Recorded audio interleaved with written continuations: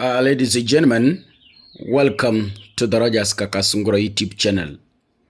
There's a question some of you are asking me at the comment section, and I saw it prudent to answer to you in details because at the comment section, I could not be able to do the writing and maybe many of you could not really get it. I'll be doing an analysis about Raila Odinga sharing 50% with William Ruto, that is the Kenya Kwanza government. And some of you said, Kaka, we know these stories and we've seen them even on newspaper. But maybe, can you tell us what we expect? Yeah, what is the way forward, or where is Kenya headed to for this? Allow me to give you my opinion. First, William Ruto is not interested in stabilizing this country.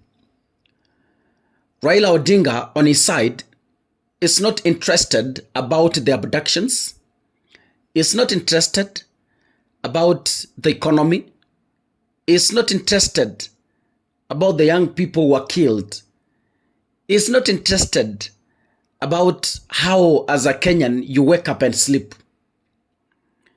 So, I can confidently say the two individuals are only concerned about their personal interests.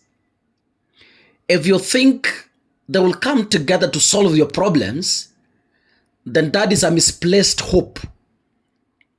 How I wish you get away from it and start fighting for yourself. I have seen individuals say that the handshake is for the interest of Kenyans. There will be no interest of Kenyans in those two individuals. Forget about it. William Ruto is only looking for the 2027 survival.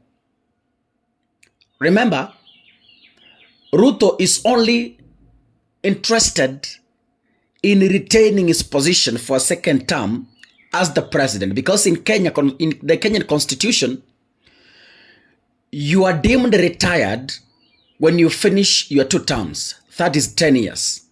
Either a member of parliament, either governor, either the president. You are deemed retired when you finish your 10 years. That is why politicians fight to retain a term. This is how it's going to work. And let me give you what you expect. Do not expect development until 2027. Don't expect anything positive from these people. As we speak, their only interests, the mind of William Ruto is troubled on how to retain the 2027 position. And to me, this is the mathematics. The deal to share the government 50% has already been agreed. Ruto is trying his best. Ruto will fight to the last breath to see Raila Odinga a prime minister. When Raila Odinga becomes a prime minister, his term is likely to begin next year. That is 2026. So 2027 will find Raila Odinga an active prime minister, which, if he can't resign, will restrict him from contesting. Because a prime minister is a very senior position in the government. It becomes second after the president. As much as we have a deputy president, but in seniority, the prime minister becomes second. And in other countries, the prime minister is the first one. Raila Odinga's term will begin next year, 2026, for a period of 5 years. 2026, 2027, he supports William Ruto, anasema Ruto tosha. 2028, 2029, 2030, and then towards 2031 or towards the end of 2031, Raila Odinga's term will expire. At that time, William Ruto is also preparing to exit as the president. They will try to court Kalonzo to take over the deputy prime minister position and Musalia Mudavadi the 2008 way, because in 2008 way, we had 2 deputy prime ministers. Musalia Mudavadi and Raila Odinga. The same is repeating itself in this government.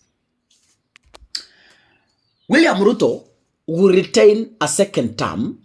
I'm saying if it happens, because power belongs to the people and it's Kenyans only to decide.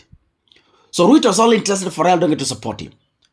After 2027, if, I'm saying if, because Kenyans might decide to kick him out. If Ruto wins for a second term, then expect now the rush to development as from 2028. Yeah, that is when Ruto now will start rushing to complete a few projects so that he leaves a slight legacy. So if you think that these two people are going to come together, or they have come together for your own interest or for your benefit as a citizen of the Republic of Kenya, please forget about it. Forget about it. The way forward is Ruto to retain his second term. That's what these guys are looking for. But the coming together will not equally solve abductions. The coming together will not, it might solve, because we are not going again maybe to have, if we can't have Gen Zs again, atuendi kukuwa na protests, that means hakutakuwa na watu wa kuabduct unless our social media. Yeah? The coming together will not solve the university funding model crisis that we are seeing. The coming together is not going to solve the social health authority problems we are seeing in this country. The coming together is 100% political to benefit politicians and their families.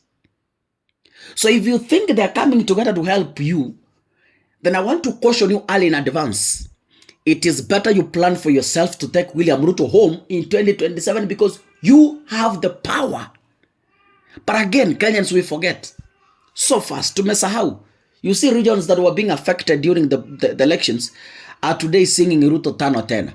The Luo Nyanza, which was affected, the Luo Nyanza yenye ilipiwa paka wakalia, you see, is already singing Ruto tano tena. Yeah, it's a problem we are having in this country, and I don't know how we are going to solve this, because it is eating up our democracy, ladies and gentlemen. But I hope this time round, Kenyans, we will come together, we will unite, because we have the power, we have the tool, we have all it takes to take William Ruto home, because we are the people to vote. If we make a mistake, this gentleman is coming back again. God bless you. See you in the next episode. Asanteni sana.